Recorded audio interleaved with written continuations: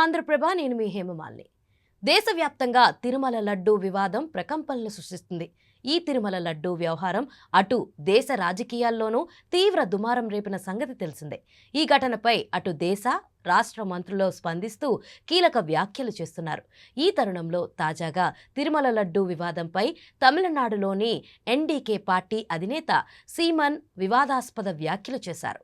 లడ్డూ తప్ప దేశంలో ఇంకా ఏ సమస్యలు లేవా అని ప్రశ్నించారు. కల్తీ లడ్డూ తిని ఎవరైనా చనిపోయారా అని మండిపడ్డారు.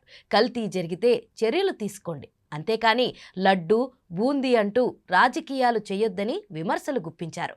తిరుమల లడ్డూను కావాలనే వివాదం చేస్తున్నారని, ఇతర సమస్యల పరిష్కారంపై దృష్టి పెట్టండని ఆయన మీడియా సమావేశంలో వ్యాఖ్యానించారు.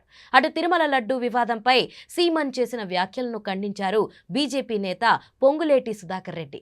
సీమన్ మానసిక పరిస్థితి బాగోలేదని ధ్వజమెత్తారు. శ్రీవారి భక్తుల మనోభావాలను సీమన్ దెబ్బతీశారన్నారు. టీటీడీకి, శ్రీవారి భక్తులకు ఆయన బేషరతుగా క్షమాపణ చెప్పాలని పొంగులేటి సుధాకర్ రెడ్డి పేర్కొన్నారు.